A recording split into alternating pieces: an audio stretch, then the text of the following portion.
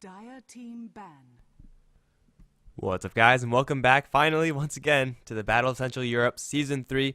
We're going to be following Denial Esports as they now take on the Power Rangers in another best of two series. Here on the HeflaTV Hitbox 1 channel, I'm Mike Loris. I'm going to be one of your commentators. I also have Grandis here with me. How are you doing, man?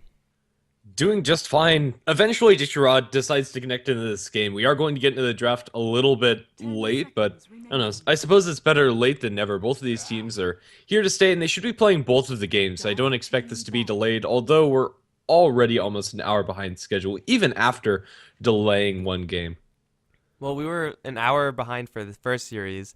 Now we're 40 minutes behind, so in a couple of games, we'll be right on time, right?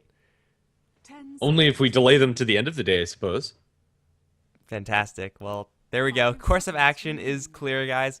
But either way, currently the score stands in this last group of the Battle of Central Europe. Denial Esports 1-0 and Power Rangers, I believe, 0-2, if I'm not mistaken. So obviously not many games have been played thus far in the tournament, guys, or for this group, rather. But Denial have quite a hard hill to climb, as Power Rangers are, I would say, favored in this matchup. But then again, they just lost 2-0 to Aftershock, so who knows what's going to happen. Yeah, honestly, I have no idea. This scene in general is just so volatile. On some days, you'll see teams completely trump teams that they shouldn't be beating under normal circumstances. Then other days, it goes as expected. For now, Denial Esports, they're going to start out with the Wisp, as it wasn't banned in the first stage. And again, we're going to see them take out the Leech Commander in the first stage. This seems to be working for them. Well, Legion Commander not going to see play, unfortunately, enough. But Io as the pick, it worked out last game, although it was, I don't really know if it was like the most effective hero on the Denial side. I feel like just everything else was working so great for them that no matter what the Io did, they were finding wins here and there. But regardless, as a first pick, the Power Ranger side are going to have to play this a little bit more cautiously, maybe consider banning out some of those classic Wisp partners, or they could just let Denial take whatever. Last time we saw a Gyrocopter, not sure if it's going to be the same exact case in this game, but it is a possibility. The IO partner pool is pretty wide. Yeah, definitely. It's also worth noting that Epping Mad is playing with Denial this time around. So maybe that changes who they decide to partner up with the IO as well. But outside of that, I expect Denial Esports to get something that they're comfortable playing with it, even if two bands of Power Rangers are focused on getting the scarier IO partners out of the pool. There's just too many to really target ban those. For Power Rangers, their opener is going to be Tidehunter Witch Doctor, and that seems to be a really solid one. With the Ravage into Death Ward combination, a lot of teamfight control as well as damage between those two, and as far as laning is concerned, both of them should be able to get a decent amount out of it. And once the IO relocate does come on the board, Paralyzing Cask is probably one of the best tools that's non-ultimate that you could possibly ask for. Like that and Glimpse are really the two big ones. So if the IO comes in and if his partner doesn't have his BKB, or if neither of them are magic immune, then Cask is going to screw them up pretty heavily. And well, if Tidehunter's there, then things can get very messy in a hurry. So a nice safe opening for Power Rangers. Like these two heroes have a crap ton of sustain, so Denial are going to have to pick up some heavy damaging. And Io, just as a hero, doesn't do that much damage. Puck does a decent amount, but they're going to need a little bit more than that. And certainly it's not going to be the Io partner in this game. But hey, picking up a Silence versus a Tidehunter and a Witch Doctor, it's never going to be a bad thing. Now they have some tools at dealing with the Ravage and Death Ward. Yeah, and also a decent amount of control and initiation of their own. Even though Puck isn't going to be partnered with the Aya and won't be relocating around the map, it's definitely welcome that Puck's going to have backup. If anytime Puck finds a hero alone wandering through the map, they can get the Blink Dreamcoil initiation, then bring in IO +1, and usually net kills that way. So I like this opening coming out from Denial. Yeah, it's once again a very safe opening, and when you pick up an IO, you don't have to immediately slam down your partner with him.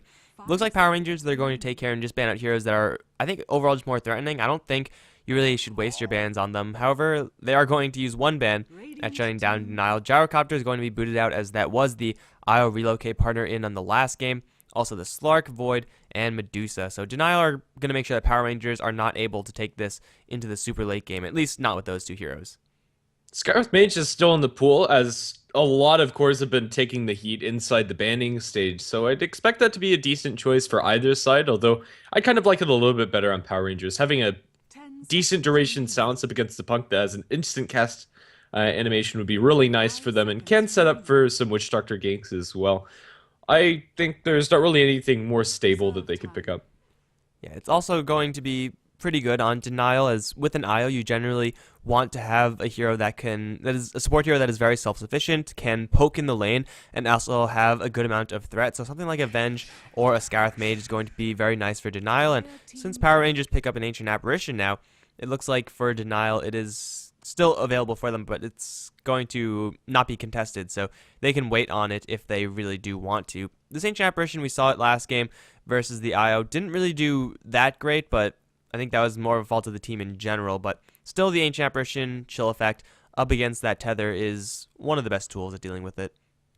Yeah, just making sure that they don't get that extra bit of heal through the IO, and then you also have the Tidehunter Ravage to set up for those Ancient Apparition Blasts or to follow up after the fact. And usually now esports are going to get even more global potential with the Nature's Prophet, and very quickly, a puck ganking somebody solo can become a full 5-man team when you go for this Nature's Prophet.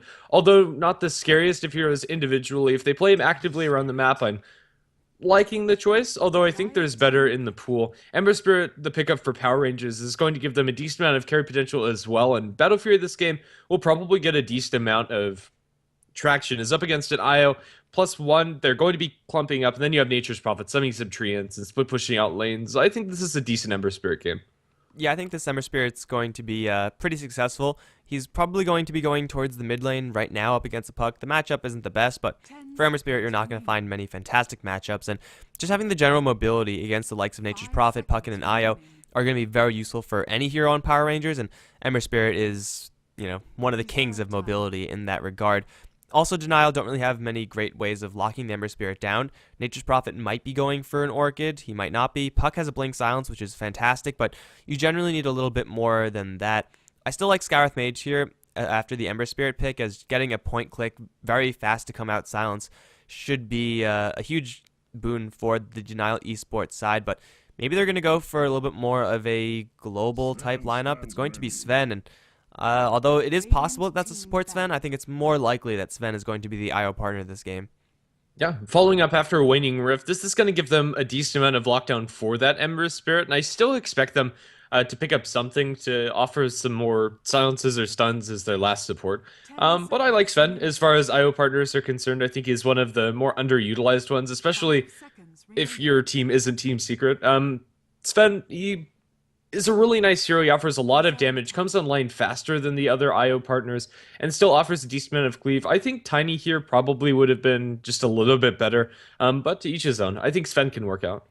I think when you're talking about IO partners, the CK is just better than Sven, but that's just me being biased. Regardless, Sven, if he gets a little bit of farm, then he can very easily tear through the softer heroes of Ember Spirit, Ancient Apparition, and Witch Doctor. Tidehunter Anchor Smash going to be slowing Sven down a little bit in his attempt at doing so, but he will have Warcry, so Anchor Smash isn't going to be hurting that hard, nor is the Ember Spirit, nor is the Witch Doctor Death Ward. So I think the Sven pick here is just fine, as long as it's played as a core. It is possible that it's a support Sven, in which case I no longer like the pick. Okay. Well, fair enough. We are going to see how it's going to pan out for both sides. I'd expect Scarith Mage to be banned out by Power Rangers. I think that's just the safest of bans, unless they have some sort of synergy in mind that they want to deny away from Denial. But honestly, I don't expect that to be the case. I think you just take out the extra nuke damage from Scarith. Yeah, I think that's a pretty safe ban as well. Oh, they're going to ban out the Disruptor, actually. It's a pretty good hero against Ember Spirit. Again, it's a fast silence, as Static Storm comes out very quickly. And when you're dealing with Ember Spirit, you want to have as fast disables as you possibly can. Like, Stormhammer is not exactly ideal, but I would have thought that it would be a little bit more dangerous for Denial to face against the Disruptor than Power Rangers. Maybe they want to get another high mobility hero in this last pick. They're still looking for one more core hero. It's possible that they just want to go for something like a Storm Spirit, although it's going to be a Viper instead. Yeah, it's going to buckle down their lanes and make sure that they should be able to get a decent amount out of it. Viper, he's not going to offer them the initiation power that a Storm Spirit would, but he should give the team a nice mechanism carrier and allow the Titan to go into a blink, which is definitely the preferred build. If you don't have to build that mechanism for your team, you're going to be a pretty happy Tidehunter, and even though Puck should be able to get a decent amount out of that lane, it's not going to be a very happy time for him. And being able to just generally kite a Sven is one of his biggest weaknesses, and Viper's poison will help you a great deal at dealing with the Sven. And even when he gets a BKB, Viper Strike will be slowing him down. So Power Rangers, in that regard, are going to keep the Sven back as best they could. I mean, obviously, you can't get away with it all the time, but they have several tools at making sure the Sven does not have a great time. So Core Sven looking to be a little bit worse and worse as these picks progress from Power Rangers. And as you said, the lanes are more or less on lockdown. Ember Spirit can go towards mid, Viper can go towards mid, hell, even Tide can go towards mid if Power Rangers really want to do so. But I expect Ember Spirit just going to sit back and get some farm unless they want to Power Rangers lane an aggressive tri-lane. With AA, Viper, Witch Doctor, that could certainly get a lot of traction. Definitely. I think it depends on Denial Esports' last support, but even if it's something that can carry a lot of weight by himself, like the Earthshaker, and Effing Mad plays a pretty good one, at that the aggressive tri-lane could completely shut down this Wisp and just make sure that he doesn't get enough experience to really make this Sven a scary combination with him. And if they do that, they still should have a decent time in pretty much all of their lanes. Although Tidehunter won't have the best of times up against the Nature's Prophet, can deal with those Treants fairly effectively and still get experience. I wouldn't be opposed to them going aggressive with the Viper, even though it would make their other lanes slightly weaker. Maybe it's worth it for them. Yeah, it seems pretty solid, I think. And I mean, what's the worst that could happen? You have an Ember Spirit who's going to have a bad time pretty much no matter what, unless you really take caution in defending him. If he goes towards mid, it's fine. Tidehunter is going to be fine as well. And I think Power Rangers should benefit from that. For Denial, their course of action is more or less clear. I mean, when you pick up a puck, it's either off lane or mid lane. Very rarely do you see him in dual or tri lanes or anything like that. So it should be just mid lane puck, off lane Nature's Prophet, then everyone else going top. As that is a pretty easy read. It's a pretty safe read. And Power Rangers, I'm sure, do know about that. Of course, we're going to start this game off with a pause, but hopefully this is going to be the only delay, as we are going to get this game, hopefully, settled very shortly, as we have on the Dire side. It's going to be Denial. It's Funzy. It's going to be playing the Puck. Joral is going to be on the Nature's Prophet with Paris on the Sven with the bottle opener sword. Crowd J is going to be on the Io, and fucking Mad, he's now in the game for real now, and he's going to be playing the Shaker. And on the Radiant side, we're going to have Power Rangers on that side of the map, with our Ember Sphere, played by Shashlo. Viper is going to be handled by Ditchy Raw, leaving Tidehunter to be played by Cheshire Cat, or supports Ancient Apparition, played by J4, leaving last but not least Nico of Lapida playing on the Witch Doctor. Man, I really like Cheshire Cat's opening right now. 2 rings of protection. Maybe he's going to go for Tranquil Boots, or maybe he's just going to hold them for now, but he's packing 9 armor. And that's the most armor that you could realistically get with the opening gold that you have. Tidehunter does have 3, which is okay as starting amount, but he knows that up against this lane, it's most likely going to be Io and Shaker as the supports. And if you could shrug off the damage that Io is putting on you, which to start off with isn't that great, then you're going to be just fine, since you could turn around and beat him in a fist fight pretty easily. So Cheshire Cat definitely getting a good read on this lane, and there's not really that much that Denial could actually do about this. Their magic damage is pretty low, and they have a lot of stuns, but unless they actually just catch Tidehunter at a corner where Tidehunter is literally completely stuck, they're not going to be able to kill this guy off. He's just way too tanky. Yeah, he's also running with 6 tangos, 2 of them being shared, but Tidehunter is not lacking lockdown, or regen because of his rings of protection. It's actually one of the best casual items, especially for like an offlane strength hero to absorb that extra stats. Even if he's not going to build these into like Tranquil Boots or Ring of Basilius, I expect him to not do so and just keep them casual. It's a great usage of that early gold as well as the slot, so I think it's a good choice. As far as our mid lane, Joral versus the Viper, okay, so Puck's not going to have a grand time there, and it is just going to be defended farms for Shashflow. Nature's Prophet needs to be careful as to not die. If he gets caught out in an awkward cask, he might fall. But outside of that, Nature's Prophet should be able to get experience. If worst comes to worst, he can go into the jungle. So Shashlo's Ember Spirit loadout, I'm just looking at all the items for the Power Ranger side right now. Ring of Protection and Stout Shield. It's not exactly the opening that you go for when you know that you're going to have 2 supports right with you, and when you know you're going up against Nature's Prophet. So what this says to me is that he's expecting to be left alone in this lane most of the time, and Ancient Apparition and Witch Doctor are going to be roaming very heavily over towards the middle lane, since you ordinarily don't need these defensive items if you're just going to be in a 3v1 or 3v0 lane. So Ember Spirit, he's prepared for chip damage from the Treants. And the Power Rangers, they might be playing this very aggressively, but I mean, even if they do want to leave the lane with Ancient Apparition Witch Doctor, these 2 heroes are not the heroes you want when you're ganking a puck. It's just not good enough. Yeah, it really isn't. I think more than anything, this is just to get a Basilius in the lane, so Witch Doctor and each apparition are able to keep up the harass and maybe threaten the Nature's Prophet. It's an interesting starting choice coming out from the Ember Spirit. I don't think it's going to harm him either way, though. I think it's completely fine. You can't go wrong with a Basilius Poor Man Shield opening, and maybe just sit on that and then go for your Phase, Drums, Battle Fury type standard Ember Spirit build. I mean, he'll get the items eventually, and especially being on a safe lane, he's guaranteed more farm than he would be if he was going to be thrown towards that mid, where typically Ember Spirits do okay, but are mostly reliant on the rotations into their lane. Then that determines how well they actually do. As far as other loadouts, everything's looking pretty normal. We got Shaker with the boots first, and it's not really going to make that much of a difference as far as him being aggressive in this lane, but hell, maybe he'll be able to bounce back between mid and top a little bit faster, and who knows, that might end up making the difference. But maybe we're going to get this game unpaused within the next 10 years, and hey, look at that. Just as I say something, we're into this game for like the third time or something like that, and hopefully this one sticks. Yeah, whether it actually does is still going to be shown in time. But yeah, we are going to see Io breaking through a couple of these trees. There is the potential to get some double stacks off. They don't have the best heroes immediately to abuse that, although once Sven gets some points up in the cleave, they can clear those out. It's a little bit of mana spent by Cryo Jane. On the Dire side, this is definitely fairly easy to do. You pull this one at normal time, and then just this one as you walk past. Yeah, pretty easy, and Power Rangers, they might get in the area with the Tidehunter depending on how the early game pans out, but no one else on Power Rangers can actually steal those camps, as they will unlikely to be there in the first place, so that's going to keep the camps pretty safe, but also it's only the Tidehunter with the clearing that they require. You know, that being said, Sven does need a couple of levels before he can convincingly clear it out himself, or he's going to need a lot of help from the IO, but whenever you run an IO, you generally want to have a backup plan in those camps, just because, well, the Wisp isn't going to be doing that much to begin with. You might as well stack up camps, and he does need that boost of levels pretty quickly, so it's going to be incredibly useful for him, but I don't expect to see that much action happening in this laning stage. Maybe the Nature's Prophet on bottom lane is under a little bit more threat than the Tidehunter up towards top, but I mean, he has boots first. He's going to keep himself relatively safe. Witch Doctor actually goes through Voodoo Restoration level 1, just to trade some hits with Funzy a little bit more effectively. I'm not sure if I like this choice.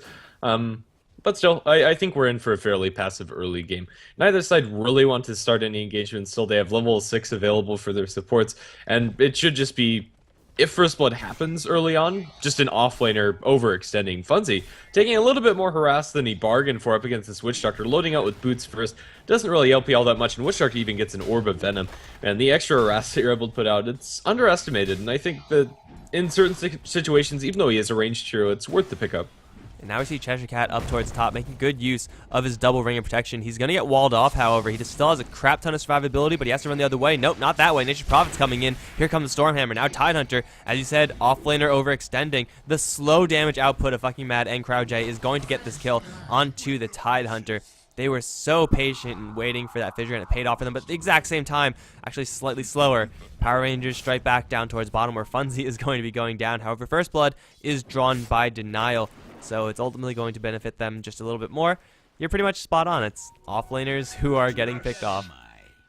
Pretty much. It is the Ember Spirit to get the kill on bottom and the IO to get the kill up top, so in that sense, maybe Power Rangers aren't going to be entirely heartbroken with how that went, but it is going to secure them that early career upgrade. There is going to be a Paralyzing Cask in bottom, and Funzy, now chained down to the ground with the Chilling Touch damage, is going to be giving up his life a second time. I think that's going to swing the favor back in towards Power Rangers' court, and they're going to kill this Nature's Prophet yet again, who really just can't find anything in the bottom lane, being zoned so effectively by the Witch Doctor.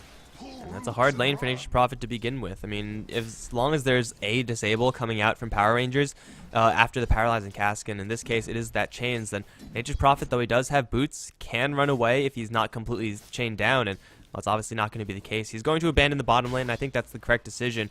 Might have even been the correct decision after the first death, but he's going to just slowly start jungling, and even though the IO has cleared these trees previously, so far Denial have not been pulling there. I mean, CrowdJ has had his hands full dealing with this Tidehunter, so it's completely understandable, but this is actually going to be benefiting Denial, I think, because if these camps were double, triple stacked, then Funzy would have not many places to farm.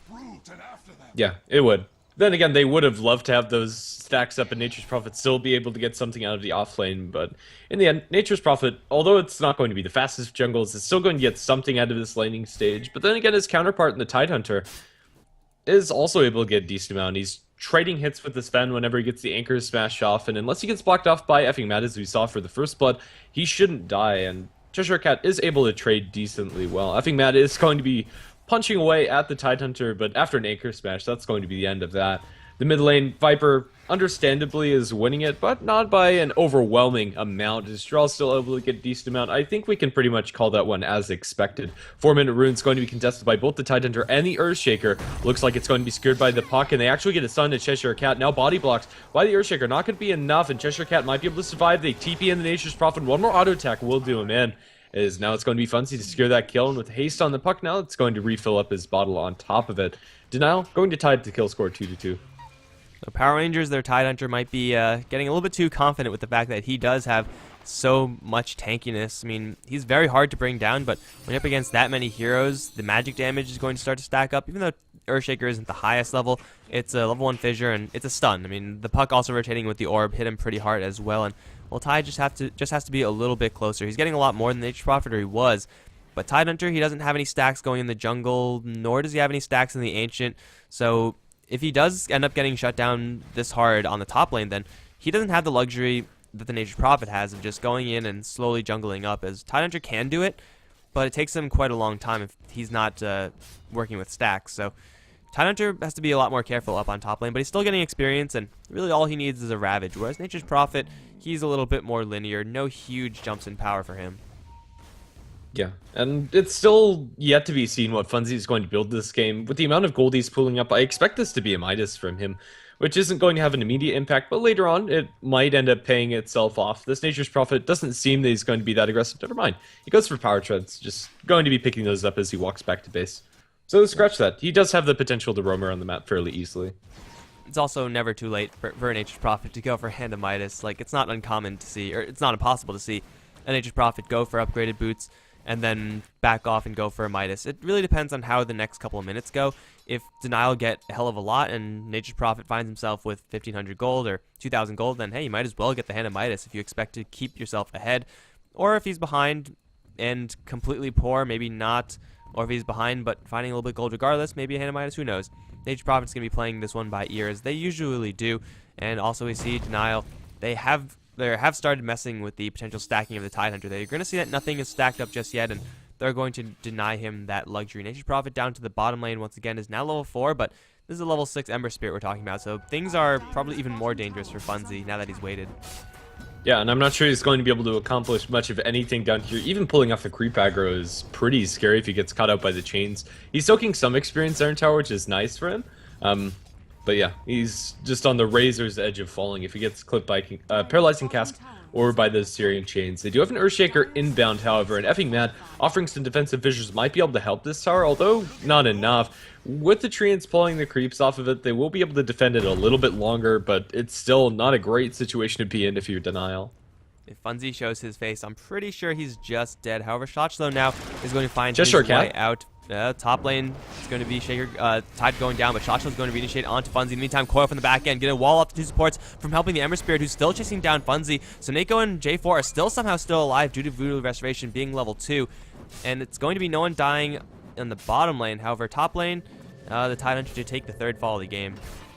Yeah, and it's just not been his game at all. Cheshire Cat, he gets tagged by a Stormhammer and then just gets the rundown. The Wisp Orbs also connecting, and although there were a lot of cooldowns expended, I expected somebody to die in bottom. Nothing actually happens there, so it's just one kill going the way of Denial, and after this, Sven's going to pick himself up a Midas. It's not the fastest, but after going for boots as well as stick, it's still a very serviceable time, and Paris is going to be able to get some pretty big ticket items pretty fast. Bottom lane, Shotchlow wants to go in for round 2 versus Funsy, this time with the phase boot, so he's not going to let Nature's Prophet get away, especially when he chains him to the floor. Doesn't have to worry about the Shaker coming in, and Ember Spirit doesn't have that much more mana, even being targeted by the tower. I think he's fast enough to get out from this, unless body blocked by Tree, and Shotchlow is going to go down. Yes, he will! Nature's Prophet striking from beyond the grave, and Shotchlow is going to be dropping. It's still a nice pickup from the Ember Spirit, but man, phase boots ordinarily would get you out of that, but unfortunately just a little bit mistimed. You can't really expect those treants to always block you like that, and Maybe he didn't even know they're there, but Cheshire Cat up towards top lane. It's going to be round 2 for him. God Strength once again popped, and as he said, Stormhammer into Wisp Balls and to just walk him down. 4 deaths now on the Tidehunter, and he has gotten literally no items since he started this game. Actually, he's got boots, which is, I guess, nice, but that's it. I don't think the Tidehunter can show his face in this lane much anymore. Even though it's not the best jungle, I think at this point he kind of has to just sit there. Maybe he can soak 6, but oh dear. Come back. Why, Cheshire Cat? Why? Now sprouted out. Paris is not going to be able to catch up because he does tango his way through. Now teleportation coming in. It's going to be Schlotch, though. Gets hit pretty hard on his arrival, but he's going to chase after Paris. Chains available, and he's going to lock this Sven down. And Sven is going to drop, unfortunately, with Hand of Midas available to him. At the same time, Puck, with the help of fucking Matt, is going to kill off the Viper over towards mid. So it's going to be a trade, and I think both sides are going to be pretty okay with the pickups that they have, though. Schlotch, though, he's getting quite a few kills, and you don't really want to feed an Ember Spirit any sort of early game advantage. Yeah. Cheshire Cat does get level 6 off of that, so what potentially could have been a disastrous TP works out for him, although now he's very low, only 1 tango to his name. Probably going to be forced back. There's a Paralyzing Cast going the way of the Wisp, but CryoJ should be able to just walk this one off and tethers to the creeps for good measure. He's well behind his tower, and now it's going to be partnered up with his best buddy Sven. Right, so Sven with the Hand of Midas is going to be resuming farming, and I actually like Hand of Midas quite a bit on Sven. He could use the attack speed for sure, as damage usually isn't an issue because of God Strength. And also, the more items your Sven has, the better off he will be. Like, you want your Sven to be 6-slotted as fast as possible. Obviously, you want that to be the case for every hero, but he does get very impressive when you get the experience because of Great Cleave. And then, of course, with the gold, if you get a Daedalus, something like that, then things can die very, very quickly. So this is going to be a nice item pickup for Sven, but Fun's in the bottom lane. Well, he's going to take his 4th fall of the game. Tidehunter, not to be outdone by the Nature's Prophet. And they're both going to be dying quite often, but given this circumstance, I would personally rather have a Tidehunter who's died a lot than a Nature's Prophet, as Tide always will have the Ravage. Yeah, I suppose that's fair, but then again, Nature's Prophet's been involved in more kills, so I think it's pretty even as far as how well both of these offlaners are doing. Tidehunter without upgraded boots, and Nature's Prophet, at least when he dies, he's able to spend some gold working towards that Orchid, which he will eventually have, although it's not going to be very fast. It's still going to give them some much-needed lockdown, so I don't know, I'm on the fence about which one I'd rather have. Ideally, neither of them would have died 4 times, but that's just how it is. Puck in mid, still saving up for his Blink Dagger, decent ways away from it since he hasn't been doing well in lane up against the Viper, but now with a little bit of help from the Earthshaker, might be able to get this kill now. Ichiro just a little too tanky with those 4 corrosive skin charges. There's an HE Apparition Ice Blast flying up towards top, potentially going to make a move towards Paris, although he is going to be on the edge of it, will be clipped by that damage, but Ravage not committed yet, and Paris should be just fine, also has a Wisp inbound, but now with the Witch Doctor coming in, he's channeling the ultimate, and Paris looks like he's going to fall. They commit the Ravage, and that's going to be the end of his life, and now CryoJ dropping low to the Witch Doctor ultimate. It's going to be channeled by, or canceled by a Dream Coil, and now he'll be able to clean up that kill. Tidehunter making away with very low HP. Jaral can't disjoint this Viper Strike, already used it on 1 auto attack, and Wisp relocate will be able to keep him safe in base, but Earthshaker also being able to TP out. It's just going to be a 1-for-1 trade. Witch Doctor for Sven, and now Io is going to find himself in a really awkward situation. Right about now, he does bring back some friends, and Jaral will be able to jaunt under the tower. The Wisp Orbs land into the Ancient Apparition, but that's going to be the end of the engagement. I think Denial could have benefited potentially from having their Nature's Prophet teleport in. Obviously hard to make that call given how many deaths he's had, but he is sitting on power treads plus 2 robes, so he is doing some pretty decent damage given the current circumstances. Regardless, Denial make a clean escape with definitely more heroes than I really would have expected. They do lose the Sven, but there was honestly no way to save their Sven from that situation to begin with, so all things considered, not the worst. However, the concerning thing is that Ember Spirit has been farming in the background, and he's 3-1-2, is on the top of the last hit chart, he's on the top of the net worth chart, and Denial, I mean, they do have the Orchid incoming from the Nature's Prophet, but even if they silence the Ember Spirit, he's going to be so difficult to actually lock down and kill off if he gets his Flame Guard off first, and they're going to look to set up on Jaral in mid, potentially. Ember Spirit going to jump in with a Spirit and now chain Jaral to the floor. However, jaunt out, he will be just fine, and Schlotch, though, taking quite a bit of damage from that. Does have a regen rune in his pocket, however, he is going to be running maybe into fucking Mad. Looks like he's going to be just fine as he does make a turnaround for Jaral. He's going to Ember Spirit jump forward. Now the chains onto Jaral. Poison attack is going to be there. Viper Strike gets disjointed, and the Puck should be home free, although Schlotcho really wants this kill. Has a Sleight of Fist, and the guard is still up, so Jaral is slowly burning, but slow being the operative word. Shotshell's going to make a clean TP out. The damage, not quite going to be there. And the Ember Spirit does escape. In the meantime, Viper taking out the IO over towards mid. And, well, looks like I chose the wrong part of the screen to watch, but it's going to be a kill for Power Rangers in the end. Yeah, could have been a little bit more the Witch Doctor ultimate doing a lot of damage, but just not enough to clean up. Yeah, they got a pretty nice paralyzing cask on top of it, but time and time again, it just seems that these supports and the offlaners are really the only ones that keep on falling. I mean, you do have Sven dying a handful of times, and Ember Spirit's fallen once, but for the most part, it's just the Tidehunter and Nature's Prophet eat the brunt of it. Funzy is still farming up towards his Orchid, and Tidehunter Ravage, although being used to great effect up top, has still yet to be seen again, and I expect Cheshire Cat to make a rotation now, but Nature's Prophet, he's going to be caught out by the Witch Doctor as well as the Ember Spirit while farming some Ancients. Not in a very comfortable situation HP already, and then it's going to get even worse. It was literally the last bounce of the Witch Doctor's cask that just happened to go upwards to the Nature's Prophet. Instead of bouncing between the Lizards or the Treants, Nature's Prophet gets screwed over. Although he was pretty lucky to begin with, he's going to die. And now it's going to be Soniko, maybe a little bit of revenge killing in the jungle, as he's going to not be able to pop up Voodoo Restoration. Now will try to, but a huge hit from that Enchant Totem is going to shut down the Witch Doctor very hard. In the meantime, top lane, J4, deep within the trees, is going to be hit with the Storm Hammer from Paris. Even some Treants being spawned now, as Paris is going to clean up the Ancient Apparition. There is incoming from Chalachla, though, and Paris is going to get locked down to the floor by Chains, Fire, and Ice, and then double jump forward. He's going to kill off the Sven. Now Cryo J is going to get burned down. Chalachla is going to collect a double. They also do know that there's an Nature's Prophet in here. They might think he's escaped, although they're going to find him, and he has no TP out. Funzy is now going to roast, and Chalachla is going to make this one a triple kill. This Ember Spirit is going to get terrifyingly huge. And by terrifyingly huge, that means almost a 15-minute Battle Fury. You'll probably have it in the next 30 seconds or so. It does have enough money almost for both of those swords, just 200 short.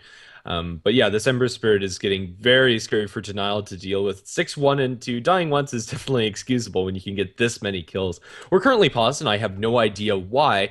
But either way, we're going to get back into this game hopefully sooner rather than later. Alright, so Ember Spirit, as you said, with a very quick Battle Fury, is going to make short work of any Denial's attempt of pushing. And as you mentioned in the draft, if you get in with an Io and Sven, then Battle Fury is almost guaranteed to cleave someone down at that point. So Ember Spirit getting really big, and also the Viper. He's going for a mech after going for a casual point booster. Not exactly the build I would expect from Viper, but certainly the items I would expect by the end of it. So the sequencing is a little bit weird, but he'll have the items soon enough, and he's already very tanky, 1-1 on that hero. Pretty much all the items that Power Rangers want are coming up right now. I mean, even Tidehunter is well on his way to his blink. Given his poor start, you would expect him to be further behind, but he's pretty close to it. And Ancient Apparition is pretty close to his Midas as well. So for Power Rangers, they have pretty much everything going for them. But for Denial, I mean, the Orchid hasn't made any significant leaps. There's a BKB in the works for Sven. Blink Dagger on Puck should be purchased. It is. So nice pickup from Denial, and they're going to have to make something huge out of it. Yeah, they really do. Despite Sven looking decently comparable to the Ember Spirit in net worth, a lot of that's in the Midas, and although the attack speed doesn't go amiss on the Sven, something a little harder hitting or just to complete a BKB would have a lot greater immediate impact, and still quite a way till he has that Black King bar available. The Ember Spirit's going to be the king of the court for the next couple of minutes in this game, unless they're able to kill him off with the puck. And that could be a very crucial pickoff, especially since he is pooling so much gold, although I think it's unlikely that's going to happen before the Battle Fury comes out. And Sven with a BKB is not exactly the same thing as like a Luna with a BKB. Like once you pick up that item, then you're fine because you have power from Eclipse and your skills in itself. Sven really needs BKB and then one or two more items before he's really heavy hitting. And by the time those items come up, the BKB is realistically going to be at 7-ish seconds left in duration. So Sven is a hero that needs every second that he possibly can to hit things. And it's going to be unfortunate sequencing from the Sven in that he will not be able to make full use of his BKB given that he has to go for it so early. So I mean, he does have a hand of Midas. There's always a possibility for the beautiful cleaves through, and maybe going to get a straight-up double kill, triple kill. It's all possible, but seems unlikely from where we stand right now. Viper now completing his mech, and Power Rangers, they are powerful enough to go for these pushes. However, they really don't have to. It's going to be fucking Mad and Jarrell caught with chains over towards mid, but a quick fissure is going to let them both get away. Shacho did so much damage without investing much of anything. Yeah, just a little bit of mana spent. Just one more creep, and then Chechla is going to have his finished Battle of Fury. Even without the creep, he's going to have it in a couple of seconds anyways. That positive tick gold comes up. And yeah, Ember Spirit is going to be very hard for Denial to manage. Until this Orchid comes out from the Nature's Prophet, they don't have the greatest of ways to lock him down, unless they get the Dream Initiation with Puck as well as Sven. But without a Blink Dagger, it's really risky and effing mad. He's going to get caught up by the chains, and the dragons aren't helping either. Slowed down, and now he is probably just going to be chased down, if by nothing else, that burn coming out from the Ember Spirit, and that's going to be the end of his life. That's going to be the start of the Battle Fury, or the finish of the Battle Fury, rather, as Ember Spirit picks up the final sword.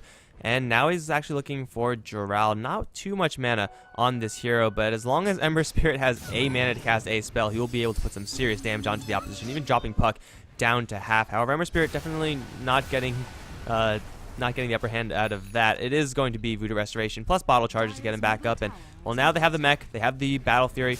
They're going to push this tower. They haven't used the Ravage just yet. And by the time they will use that first Ravage, it will be with a Blink Dagger, as Cheshire Cat does have his finished and waiting in base. So, Denial, they have to make a very nice Echo Slam happen, else they're going to just lose this tower for free. They might just lose the tower for free anyway. Nice 3-man coil and a 3-man silence. Joral going to get the perfect initiation, but Paris jumping right in, get a cleave through the Ember Spirit, then the Tidehunter, now the Death Wars even channeled. That's going to be a triple for Paris. 3 shots, 3 kills. Now going to chase down Ditchy. He's a little bit more disabled. Someone has to have something. Fucking mad. No fissure, no hammer either. So the Viper's going to escape, but my god, that Sven did a crap ton of damage with level 2 God Strength. Yeah, even without items, that's still a very impressive amount of damage. Each swing of the sword was 300, and after a really nice jump from the Puck, they're able to connect with pretty much all of their other spells and make it a clean 3 kills. Even though Tidehunter had a Ravage, he wasn't able to get it off. Ember Spirit, although generally thought of as a very mobile hero, didn't have a Remnant back at the tower, and even if he had one, he was just chain sent to oblivion. A really good teamfight for Denial when it looked doubtful that they'd be able to find it. Joral's Blink Dagger really making the difference there. Silencing the Tidehunter, so no Ravage. Could have interrupted the entire thing, and hell, even relocating Paris straight into the middle of everything is probably the most risky way you could get in there with this Sven, but at the same time, it's going to give you the most benefit because you are guaranteed some damage from the cleave, which is maxed out at this point. So Denial taking a little bit of a risk and jumping in, as if anything went wrong in the Ravage or the Sven being focused down or stunned before you could get anything off, then things could have gone really poorly for them. But instead, they walk away with a 3 kill over in the mid lane, plus their tower. Well, it survived for a little bit longer, but it will be brought down in the end. No real way to save this, but Paris is still getting really big, and he's working very quickly towards his level 3 God Strength, which is going to give him another huge leap of power. However, Slash, though, is going to be on the hunt. The rest of the team not too far behind, but they cleaned up the tier 1 tower mid, and it looks like the tier 1 tower top is going to be the next order of business. Cheshire Cat with an Invisor might be able to set something pretty big up here on the Sven as well as Wisp. They're going tethered to each other, and it might only be a matter of time until Cheshire Cat pulls the trigger. Ember Spirit, however, is going to decide to farm up some creeps, and that's a little too risky for Power Rangers to go for that. So although there could have been some sort of setup, it ends up not panning out. Tidehunter, however, is still not shown to be up in this top lane, but it's kind of expected when you have the other 4 heroes down there, nobody defending bottom. Jarell's in a similar position down in the bottom lane, and Tidehunter is going to TP here. I'm not sure about this choice coming up from Cheshire Cat. They need a little bit more backup, and this tower is going to fall either way. And he's going to get scouted out by a tree, and now body blocked in. Cheshire Cat silenced up. There's a relocate coming in from Sven, fissured off. The Sven's going to be able to get the Stormhammer. They can do nothing but watch their Tidehunter die. And just like that, your Earthshaker now has a Blink Dagger on top of his Arcane Boots at less than 20 minutes in. This is some pretty insane farm from effing Mad. 1-1-8. Man, that Tidehunter TP down there was completely, absolutely pointless. Like, first of all, he can't do anything there unless everyone else from Power Rangers teleported in. Second of all, he lost the ability to blink, which is probably his plan because of one random treant, which does interrupt the Blink Dagger being controlled by Funzy. So he couldn't blink out of there. He was completely walled off, and I don't even know why he was there in the first place. So Denial get the tower. It was ultimately a trade of towers, so in that regard, no real huge lead given either way, but they also get a free Tidehunter kind of randomly. Shotchlo, though, gonna find fucking Mad and Joral. Not gonna make a huge difference there, but yeah, Blink Dagger on Earthshaker is extremely quick. However, it might not matter too much as he's going to get initiated upon by Shotchlo and torn to bits. That was such an easy kill for the Ember Spirit. Now looking for the Puck. He's not going to find him, but it's going to be J4 as he's being hunted down by a very quick-moving Sven. The balls are out, so J4 really can't escape this one, and he's just going to go down. One whack, there it is. Yeah. Denial on top of that do steal a triple stack the way of Power Rangers, so a little bit of economic damage there on top of it, but after all of that, it's a 1-for-1 support trade, and neither team can really do anything off of it. And honestly, the map vision from both sides is very lackluster. If you take a look at the warding coming out from the Dire, they have one, and the Radiant have absolutely none.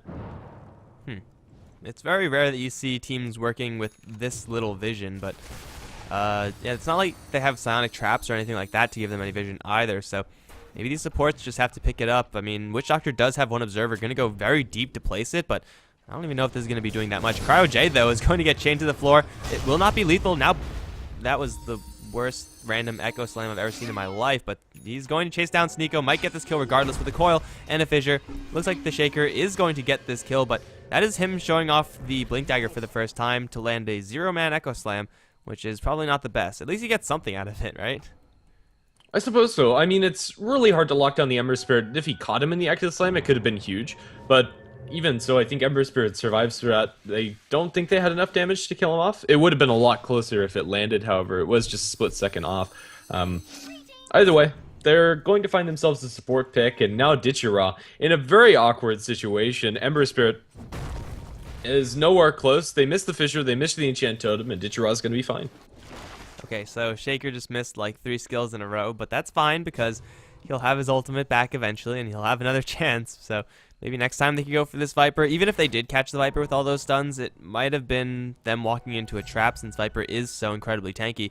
Going for mid lane Schlacho is definitely a little bit more viable. The shield goes up first, though, and the puck actually messes up with the silence. So they have the Orchid, though, on the Nature's Prophet. It might be a kill regardless, and yes, it will, especially with the Sven and Io coming in. So it was probably the messiest gank attempt that you could ever see on an Ember Spirit, but they had enough to just constantly throw stuff at him and to get the kill. So it's an Ember Spirit down for another 45, and now Denial. They have a Nature's Prophet maxing out that Nature's Call. This mid lane tower is going to take a little bit of heat. Tidehunter does have a Ravage available, however, he's nowhere in position, and he doesn't have enough mana to use it either.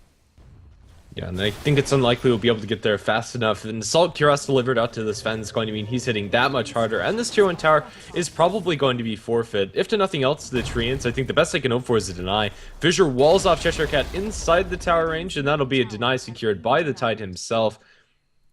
It's going to be a tower going the way of Denial either way, but they would have loved to have that last hit. It's still not the end of the world at this point in the game. Tier 1 towers don't mean that much. Yeah, it's all about getting that map control, and that just means, you know, giving Power Rangers a little bit restricted movement options as far as teleportation scrolls are concerned. It makes Roshan a little bit more viable for Denial. The tower's down, and that's the real takeaway. And though they would love the gold, as you said, in this game, gold is not that much of an issue. I mean, you have an Nature's Prophet who already has an Orchid. You have your Sven who has a Hand of Midas. They're going to be getting gold, and no one else on Denial really needs any additional cash. So it's going to be okay for them to lose that tower, but they still have to worry about this Ember Spirit and the Viper, who are getting very terrifyingly huge. And, well, Schlach, though, he's on the hunt. He's going to try to go for fucking mad, but this time it's going to be the Earthshaker escaping. And, well, Schlach, though, is going to pack a haste rune now. Now this Earthshaker, maybe not as safe as before. Another jump forward from Schlach, though, only has 1 spirit left, and he's going to look for the Shaker, not find him, though. He's going to go instead for the mid lane tier 2, where Denial, they have to make a defense, and this time Power Rangers aren't as clumped up as the mid tier 1, but they do have a Blink Ravage to back themselves up. They're going to find Fucking Mad, who's going to turn around and dump everything he has. Echo Slam on J4 with the coil as well. Fucking Mad going to live for a little bit longer, but it will go down. Now Funzy going to try to go for Cheshire Cat, but chain stun by that cast. In the meantime, Paris in the corner trying to hunt first. Sonico Ravage finally does come out, and Funzy on the run from the Tide. Looks like he'll be going down as well. Now Cryo J being chased down by Slasho. Paris popping off a very late God Strength is going to be kited and then slowed down to death. That's going to be 5 for 1 in favor of Power Rangers and Denial. That was just a very weirdly sequenced fight. I mean, God's Strength coming out and then he runs. He should have had that on from the beginning of that fight. Yeah, Denial in theory have a really solid teamfight combination, but when you Echo Slam onto 2 and then there's no follow-up after that, Earthshaker and Puck didn't really combo their spells together and they get caught out over in the side. Then they're forced to run away, they end up dying. Then everybody else still kind of wants to go in, and it just falls apart from there. Denial don't really accomplish anything in that fight, and it's going to be a very good win for PR. And now effing Mad caught out again. It's going to stun up Sashlo, but this shouldn't save him. Ember Spirit's incredibly good at chasing. Even without another chains, he's going to be orchided up, and that might be enough to save effing Mad inside the Roshan pit. And it looks like effing Mad is going to survive with a little bit of help from his friends. Right, so your Earthshaker doesn't instantly die to the enemy Ember Spirit, and unfortunately for the Shaker, Ember Spirit getting a BKB, not using it to get the kill, is going to let the Shaker escape, but still they lose a tier 2 tower, and Power Rangers Ravage timer in about 70 seconds. They will be able to try to replicate that team fight. Of course, Denial, ideally for them, would have a slightly better team fight, and really they could do one thing better and have a much, much better team fight if just one more thing went better for them. So hopefully they'll be able to make a defense down the line for them, but having Cheshire Cat being brought down is a nice way to start. Tidehunter on the run. Orchid is already popped, and Tidehunter's looking for that Blink Dagger, and he does have a Force Staff as well, but Coiled suddenly can't really go anywhere. He's going to snap the Coil as well, and Nature's Prophet will take the kill. Tidehunter down for another minute. It's actually going to line up pretty nicely with his Ravage cooldown, so I guess that's Power Rangers being forced now not to push for another 50 seconds, but they're going to try to go for it anyway on bottom lane. Nature's Prophet going to teleport right behind them. Sasha's going to find him, just blind. Now jump forward for Funzy. Oh man, that Star Sense from Sasha though. He's going to read Funzy like a book and take that kill. Fucking Mad though, jumping in with an Echo Slam. Going to be eaten up completely by the Ember Guard, but Sasha still alive. After that, now the BKB. Fucking Mad is going to get diced. And Jaral, he's stuck in the trees. He's not going to have many ways of escaping this one. Has a phase shift, not even using it right now. Just has to wait for the orb. And that's a double kill for Sasha though. What a series of plays from this Ember Spirit. Yeah, first to BKB, I'm going to say that was very successful for them. That's going to be 3 kills, the tier 2 tower going their way, and no response from Denial anywhere soon. Ancient Apparition has farmed up an Aghanim Scepter after his Midas, and he upgraded his boots even. J4 has pretty much everything an Ancient Apparition can want. Level 11 in the ultimate, as well as being able to drop those throughout the map. This is going to be a huge pickup for them, and Power Rangers just seem to have more impactful items, and their team fight, it seems to mesh a lot better. And that last fight, definitely the MVP, Shashlo, finding that first pickoff and then being able to secure the last 2 as well.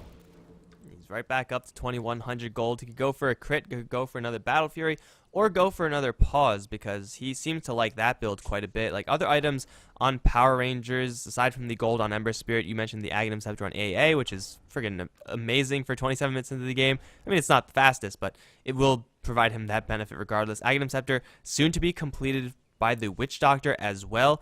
And when you have that combo with a Ravage that's being set up with a Blink Force Staff, not much you could do about it as Denial. Viper sitting on a lot of gold as well, whereas for Denial, I mean, they've spent a lot of gold onto Blink Daggers, like now Nature's Prophet picking up one, Shaker and Puck. These are all pretty much necessities, but it's not actually helping them outside of their skills. Maybe if they land better skills than the mid lane fight, then it'll all work out for them, but I don't know. It's certainly a very delicate situation for Denial. Fortunately for them, the Sven, now with the crit, is going to be able to, 1v2 at the very least, but that's assuming he uses his God Strength. Maybe next time he'll remember. Well, and even with the God Strength, just those Viper Strikes are going to be the bane of his existence. With the 12-second cooldown, he's going to be able to keep that constantly on top of the spend, and I don't think he's going to be able to get his damage out. He's just not mobile enough inside these team fights in order to really find an opening unless Earthshaker and Puck open up for him and find those Dream Coils and Echo Slams cleanly. And for the last couple of fights, they just haven't been able to do so. You still can't count them out. Their team fight combination is pretty ridiculous. Even if you're fighting up against a Ravage, Echo Slam as well as Dream Coil can completely shut that down if you lock down the Tidehunter well enough. And Sven only really needs like 2 lucky hits in order to get like 2 kills from Power Rangers. Like if he gets a cleave that's going to hit 1 person and then 2 behind them with a crit on top of that, that could just instantly win you the fight. Like no questions asked. You just have to either be lucky enough to have that or have enough time in order to throw out enough hits to eventually land on one of those hits. So I mean, Paris is getting to that point where Sven is going to be able to just cleave through the entirety of Power Rangers. The only problem is that he's dealing with, again, Viper Strike. I mean, it's usually not that relevant in these games versus BKBs. It's like, oh, well, it slows them down. It's not going to completely crush them. But versus a melee hero with, no additional movement speed for Mask of Madness or anything like that, he will struggle very much so against that. Of course, there's also the possibility that Power Rangers open up onto Paris and he can't get a BKB off, in which case Denial are just completely screwed. But they have all their eggs in the Sven basket, and it's a nice hero to have, to rely on, but I mean, Power Rangers, they're a lot more evenly spread, and in this situation, it's going to work out pretty well for them. Yeah, I would love to know what's wrong with Shechlo's setup or anything we could do to help him, because this is quite honestly ridiculous. At this point, we're probably getting close to the max pause time for them, but here we go. He's going to reconnect into the game, and hopefully that's going to be the last time. If not, for the sake of Power Rangers, for the sake of everybody watching. Maybe next game we're going to have to start that 15-minute timer. Didn't realize it would be this pause-heavy, this game, but Slotch, though, apparently, yeah, wooden PC. The chat has a pretty good read on it. Yeah, I think that pretty much sums it up. I mean, he seems to be playing fine enough, but something in his ISP or otherwise. Well, G comes out from Paris, and hopefully Power Rangers are ready to go. All right, so we're going to resume this game, guys, and Power Rangers, they do have the Ravage now up once again. Denial, they have an Echo Slam in 70 seconds. So this is an opening for Power Rangers to move up towards the top lane and take that last Tier 2 tower. They can, in theory, go for the high ground push, although I don't really see a reason to, as they can very easily take an objective without committing themselves that heavily. So they are, right now, as 5, heading up towards the north lane. And Denial, I mean, without an Echo Slam, I don't think there's much of a chance, but they might be able to get it if the Sven is set up with like a 3-4 man coil. But again, unlikely. Right now, smoke coming out from the Tidehunter as well as the Witch Doctor. It might be Power Rangers' turn to find a big team fight, but at the moment, Denial are nowhere close to where they're searching. Their own jungle has been completely abandoned as they invade the enemies. Down in bottom, Earthshaker and Buck are farming away, and the Aya Sven are currently farming their own Ancients. The smoke is going to net nothing. Maybe a Tier 2 tower, however. If Denial don't come back quickly, it should be taken very fast. And if no one from Denial actually does come back, then Power Rangers will very quickly deal with this tower and then poke at the high ground. Not in an attempt to take down Braxes or anything like that, just to try to force Denial back. And in that regard, they will be very successful in doing so. Ember Spirit, he has a Remnant up towards top, so he's going to be pushing mid lane at the exact same time. Denial, they're going to try to go for a Roshan, so it's going to be the pretty classic Roshan for Tier 2 tower top lane trade that the Dire are going to make. But again, Power Rangers don't have to stop. I mean, their bottom lane is being pressured actually quite fast. So maybe it's going to be Power Rangers to be forced to back off. Because the Ember Spirit isn't here, it's only the Viper who's actually doing damage to this tower. So it's Roshan and Aegis claimed by the Sven, plus a Tier 2 tower. Plus their tower can be defended if they decide to go back right now, although they're going to force Power Rangers down to their own bottom lane. And Power Rangers, I mean, they have so many heroes here, but they all just want to get their ultimates off, so none of them are actually hitting this tower. Yeah, Digital eventually going to be able to clean that one up, but their Tier 3 tower is going to take quite a lot of chip damage.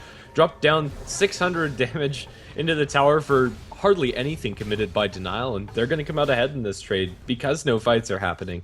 And, well, we have an HF Ice Blast flying down towards bottom is going to do very little to nothing, actually nothing, as it flies over into the trees. Well, Cheshire Cat is still all alone, and Funky Mad really wants to jump in. You could see it in his positioning. He wants to go so badly, and here's the opportunity. Blink in for an Echo Slam, and Cheshire Cat does get an instant Kraken Shell proc, but it's not going to save him. Earthshaker straight TPing out, and Ditchy Rock can do nothing but watch. That is a nice kill for sure for Denial. Of course, the respawn of Tidehunter shorter than the cooldown of the Echo Slam, but man, that Shaker had a perfect opportunity right there. And in those situations, if you don't take it, then, well, you are better than most of the Dota community, since most players would go for it at that case. Yeah, right now it's going to be Denial again, finding some more footholds into this game. Their Sven is getting very huge. Ember Spirit does have his BKB, but after the Battle Fury hasn't picked up a single damage item, despite having 4,000 to commit towards the next one. Sven's just getting more, it feels. He's going to have the completed Daedalus flying out to him, and Paris is going to be an absolute wrecking ball in the next fights, especially since he's going to have a double life. You want to have God Strength for both of that, but even without God Strength, Sven is hitting pretty hard. Yeah, as long as his first life isn't used by, or isn't killed off without a Ravage or a Death Ward, then his second life is going to go without answers from Power Rangers. I mean, you want to be able to Ravage at the first start of the fight just to get it on your terms, but then Sven revives himself with God Strength, with crit, with BKB, and there's not much you could do about that. Ooh, now with the Daedalus, that's also pretty good. So Sven is dishing at this point, and Power Rangers, they still have some nice spread out farm on their Ember Spirit Viper. Is it going to be enough? Ember Spirit is pretty close to a Daedalus of his own, but yeah, it's still a very delicate situation. Denial, they want to have a huge blast of a team fight, and that's in and done within like 5 seconds after the Echo Slam and Sven jumps in, whereas Power Rangers, though they do have their Ravage, they're okay with extending these fights, and it'll be a lot, the fights will depend on a lot on really how both teams approach it. Funzy getting jumped here is not a great start, however, he will get away. Or will he? Slacho's going to jump forward once, wants to save his last one, so yeah, the Nature's Prophet is going to live, but Power Rangers, they're kind of grouped up in mid, and now the double damage on Ember Spirit, it's just going to be a straight high ground push. Yeah, and they're going to go for it. This is fairly risky. They're pushing into his Sven with Aegis. We'll just have to see how it's going to work out for them. They also have their Ember Spirit without his next big item, but Denial aren't in position to defend this. Nature's Prophet top, puck bottom, and Earthshaker just TVing back. The tier 3 tower is going to take a little bit of chip, but this is very risky. Dichira on the front lines does have his BKB if things hit the fan, and he'll be fine. PR, I don't think they can commit fully for this, but maybe if they find the jump out of denial, this could go their way. Sven and Wisp currently looking for a wraparound. They might find J4 or the Tidehunter. This fight could engage on pretty much anything, but Sven and Io are just going to continuously push down the bottom lane, which is decent for them, especially since PR without a creep wave can't do any damage to the high ground. There's always relocate to get back into this. I think that PR should just pull out. Well, Sasha is going to rejoin the fight after putting a little bit more pressure down towards bottom. They've so far have not committed a single thing towards this, aside from, well, they haven't committed a single thing. So Dichira, as long as he's packing the BKB, and as long as he has it available to him, he will be able to sit on the high ground and just poke away at this tower. Now Cheshire Cat on the high ground, that's a little bit more dangerous, as you want that Ravage to come out, and when he's up on the high ground, it's by no means guaranteed he can get chains done down. Funzy has taken an objective for denial in the meantime, and bottom lane is also pushing. Power Rangers, they make the same exact approach as they had over on top lane, and pretty much the same exact results. They are getting kind of what they came for, just it's a lot slower, and it's giving denial a hell of a lot of time to do other things in the meantime.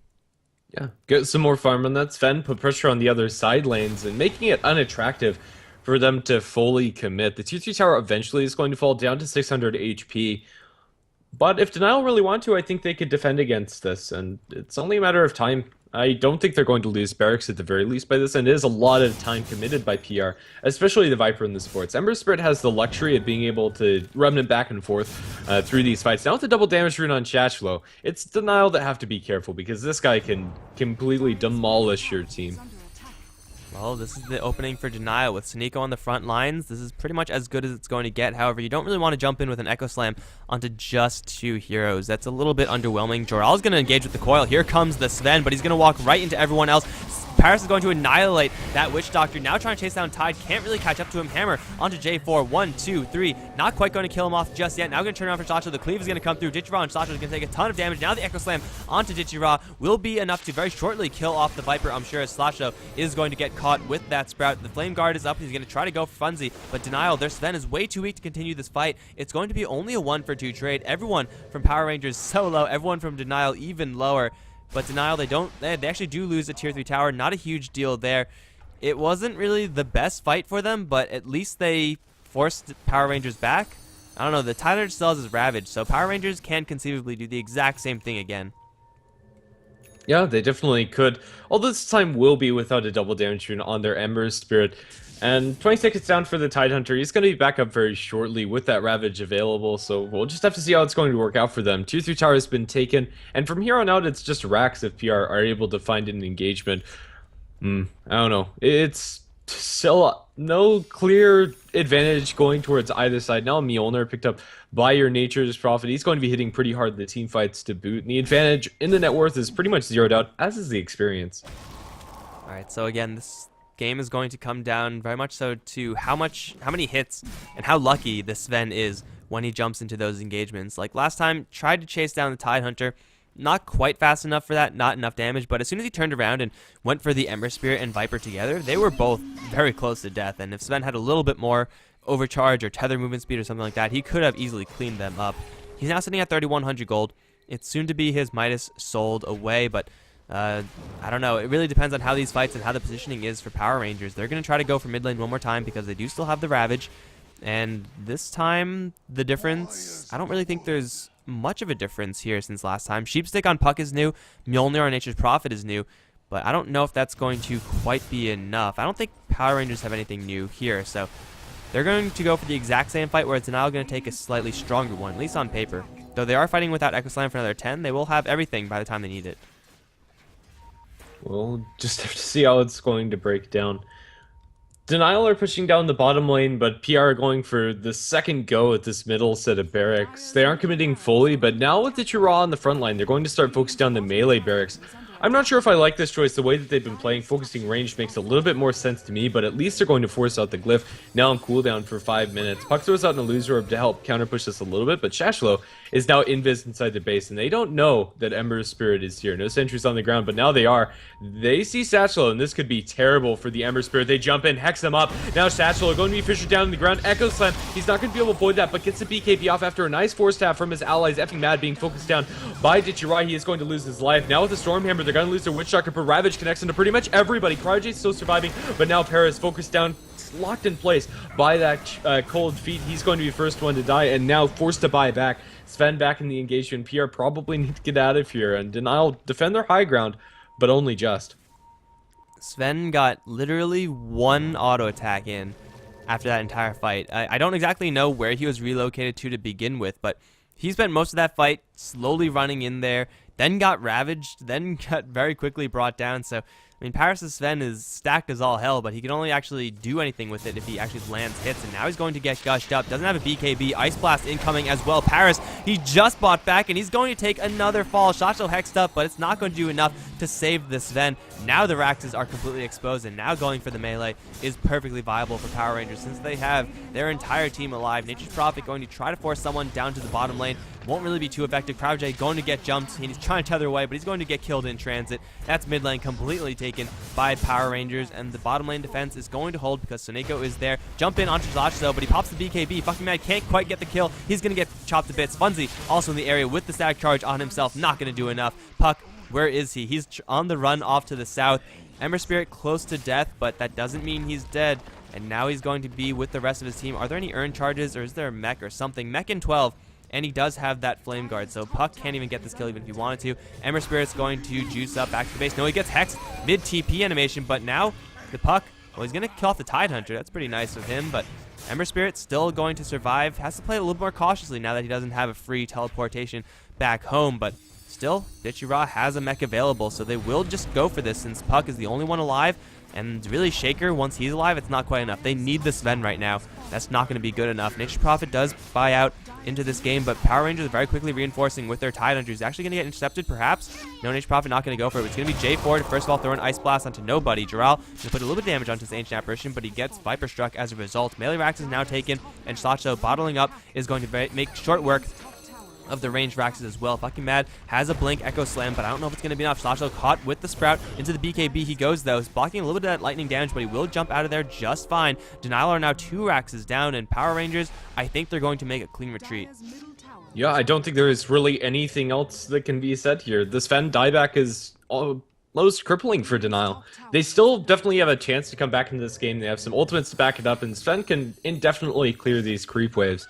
It's not over, but this game just got a whole heap harder for them to deal with. As now Satchelo is going to be working towards another big item, and even if they win the fight, they need to win a couple consecutively in order to actually push outside of their base. 2 lanes is almost damning. And they're going to try to take a Roshan after this, but Funzy actually drops very low, and Ember Spirit has perfect vision over this entire area. However, he will get jumped, hexed up by the Puck. Can Puck actually do this by himself? Yes, he can with the coil. Ember Spirit sticking around with not much HP is going to give the Denial side a free one, plus the Aegis. So maybe with this they can make something happen. They still have an Echo Slam, and they still have a Sven who is really, really huge. The only question is, can they actually find the right place to do so? Bottom lane would be the best bet, but bottom lane is so far away from top and mid, which are already raxed, so it's not going to be the best course of action. They have to make something happen, though. I mean, they have the Aegis. They're not going to find a better opportunity. Yeah, I don't know. This is Denial getting a new lease on life with this Aegis. Funzy currently pushing out the top lane. It's a lot harder now, but with the Mjolnir, it's definitely possible for him to do so. If they don't do it now, I don't see Denial finding a better opening in order to do so. 2,000 gold in the Sven. He's not going to be getting much stronger anytime soon. Even if he does replace the Aegis with a Satanic or something along those lines, I don't think there's anything great that he could do with it. Cryojade's is a long ways towards the Vladimir's, and that would be a godsend for Sven, just having that extra lifesteal, and not to mention the damage. But maybe they consider buying it up on somebody else, just so that they can have this for the next fight. Even the Puck. Well, Puck is on the bottom lane right now, just playing games with the enemies. He's perfectly fine because, well, he's a Puck, and Ember Spirit's going to be up in 10 seconds. Denial off of the pick off of the Ember Spirit. The only thing they get accomplished is a little bit of pressure towards the lanes. However, they're looking for an Echo Slam towards the bottom lane. They're going to land onto Saneko, Fissure onto Dichira as well. Here comes Paris, relocated in. He's going to pop the BKB and go to town on this Viper. That's 2 down in favor of Denial. They don't lose anything for it either. Everyone else from Power Rangers nowhere near this area, but still, it's a very clean gank in from Denial. Actually, no, they do end up losing their Shaker towards mid, actually. So, not the best, but wait, how the hell did he get mid that quickly? Did the IO bring back the Shaker into Doom? Usually that's not what happens, but they're still in a good position right now because they have eyes on J4, going to catch him with the Sprout. Sven on the outsets is going to be cleaving into the trees. Funzy is now stuck in his Sprout, is going to find eyes on Cheshire Cat, Force Staff to the high ground. Tidehunter's going to be just fine, but now there's 3 dead for Power Rangers. Even though Cheshire Cat's still alive, they might have to buy back right now. Yeah, I'm not sure if they can really do this alone. Tidehunter with a Ravage and the Ember Spirit cleaving through all of that could be nice, but Ember Spirit, he's going to go for another defensive item after the BKB, and I can't really agree with this choice coming up from him. Even though they're ahead, and I don't think it's going to cost them the game, I think it would be a lot easier if he just had another Daedalus or something along those lines. Chichi Tower is going to fall fairly easily, and for now, Power Rangers are going to be holding on to the buybacks in the Viper and Ancient Apparition. So now, can't do much else. I don't know, I think that Power Rangers still have the advantage this game, but the net worth as well as the XP graphs aren't going to be really agreeing with me, and it doesn't look like they have 2 lanes down, especially like the way that they're playing and the numbers. Well, Jaral is going to go for his Aghanim Scepter one more time, and I agree with you. It feels like this game is mostly going to be determined by initiation. Gold at this point, for the most part, seems irrelevant. Like big items like Sheepstick and Daedalus is going to certainly swing the game one way or another. Items like Aghanim Scepter on Puck probably not going to be doing anything similar to that, but I think really it just boils down to who jumps who. The Earthshaker has, for the past couple of fights, been starting things with a Blink Echo Slam, and that's been working out very well for Power Rangers because that gives Paris all the time in the world to position himself and to walk in and to actually hit things. But if Power Rangers open things up with a Ravage or anything else like random chains, then Denial suddenly don't have that opportunity. It's going to be on bottom lane where Jarrell's going to run straight into a double damage Ember Spirit. He will blink out of there and then try to orb to the south. However, he's running into quite a few enemy heroes. He is going to dodge death for now. And it is going to be Power Rangers looking for the last set of Raxes. They have a Heart now on the Viper. They have not much of anything else on anyone else, but they have a Ravage, and that is pretty good. Definitely. I think the biggest item is going to be wearing off now for Ember Spirit, or effective damage in that double damage rune. It's going to be gone. Unfortunately, if he had that in the bottle inside the team fight, it could be huge. But now we do have that Vladimir's offering for the Sven, so man fighting is going to be a lot easier for him. But oh, Jarrell going to catch vision of Saneko and then start right-clicking Johns to his orb inside the base. He is going to be able to blink out safely, but that was so awkward watching those 2 heroes inside the woods over there. Hey, sometimes it's just you need an awkward situation, and it doesn't really cost them anything, so it just ends up being Puck once again playing games with the enemy and fucking Mad just waiting for a jump in. Meanwhile, the rest of Denial, because they do have a Wisp and they do have a Nature's Prophet, they're able to push out the other lanes. Shaker, if he finds an opening, the Blink Echo Slam is going to start the fight. Everyone is going to teleport in, and no, Schlachlo, fix your damn computer, man. Come on. Okay, so Shaker, as I said, if he finds an opening, a Blink Echo Slam is going to prompt everyone else from Denial to jump in. Like, Puck is going to be jumping in, Nature's Prophet is going to start his teleport, and Io is going to start his relocate, and then the fight's really going to get going. But if Power Rangers are pushing with just their Viper, as they have been for the past set of pushes, then Shaker is never going to find that opening. He's never going to jump in. Apparently it's okay. I don't know what's okay, but it's okay. For Denial. Man, we're on a very tight schedule here. This is only game 1. By the way, guys, for Denial versus My Insanity, it says it's going to be played at 22 CET-ish. That's not going to happen. Too many delays. It's actually not going to happen. Like, there's not a chance. We have another best of 2 after this before that even starts, and that series, for your information, is supposed to be starting in about 2 hours or so. Yeah, we still have 3 games to play, and if you include the drafts in that, even if everybody got in the lobby immediately, the games would have to be like 15 minutes long. Yeah, so hopefully we don't see any 15-minute games, as usually those aren't too impressive. However, for scheduling reasons, Like, that's the dream. You'd rather have like 15-minute games than 75-minute games. Unfortunately, this is the day. This is the hand we're dealt right now, and this is actually only game 2 of the day. Feels like we've been here for a lot longer. It really does, and it's just because of how many delays we've had. It started out well, like, I don't know. I really don't. And I suppose it didn't start well for you either. There was a series that was rescheduled because of other game conflicts before all of the other games were supposed to start at 14 CT, and that one started like on time. It was very cushy, and we got to get into all of the other series promptly. But then after that, like the train just went completely off the rails. This schedule is a mess.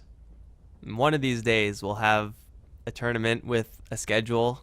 All times are enforced, no pauses or very few pauses, and well, maybe that's going to come in December when it's Magical Christmas Land, because that seems like a far off dream.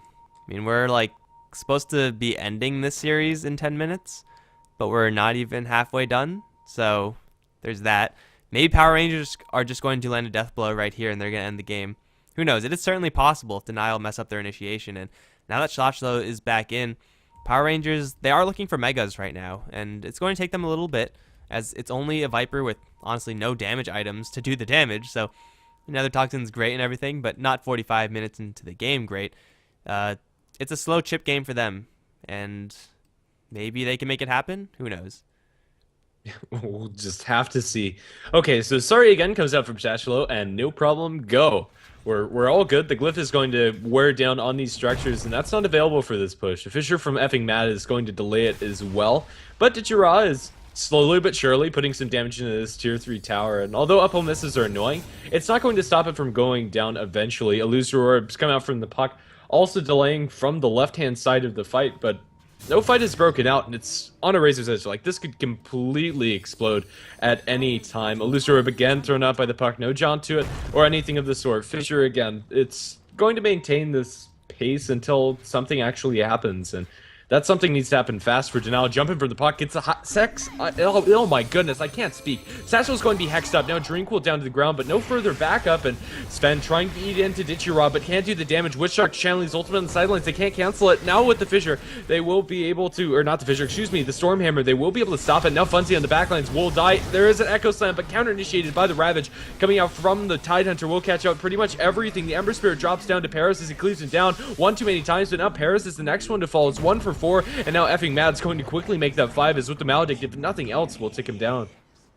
So a random 2-man coil is probably not the best way to start those fights. If they let it sit there for too long, though, it would have just been them losing that tier 3 tower and then probably a little bit more. But as it stands, Power Rangers, they don't have any of their big team fight ultimates, but they are working with Rax's up and buyback from the Ember Spirit. Gonna buy the Travels, and Sven and H Prophet as the only sole survivors for Denial, even after buying back. This is going to be them soon to be facing up against Megas. Cheshire Cat stunned in the tier 4s. Going to be nice, I suppose, for Denial. They might even get this kill if they're very lucky. Orchid not quite going to do it. Blink forward from Paris. He's going to get locked down, and that's a dieback. Or, well, not quite a dieback. He pops a BKB. Doesn't have God's Strength, though, and he's not able to actually hit anybody. He's going to go down with no Sven. That has got to be a good game. Definitely not much more to say about it. Is now a crit coming out from the Ember Spirit to end Nature's Prophet's life, and that is going to be officially Mega Creeps. And although they haven't tapped out, it's pretty apparent that they can't do anything. Sven's down for good for 100 seconds. Can't do anything about this. And at this point, it's just going to be Power Rangers to clean up the base with no response coming out from Denial. Puck is close, but they can't do anything. No Echo Slam. They have a Dream Coil. What does that matter? Now on the backline, Satchel is going to be hexed up, but not before burning down effing Mad. And that is going to be officially good game coming out. But this is only game 1, viewers. This is going to be into the game 2 of the best of 2 series coming up shortly.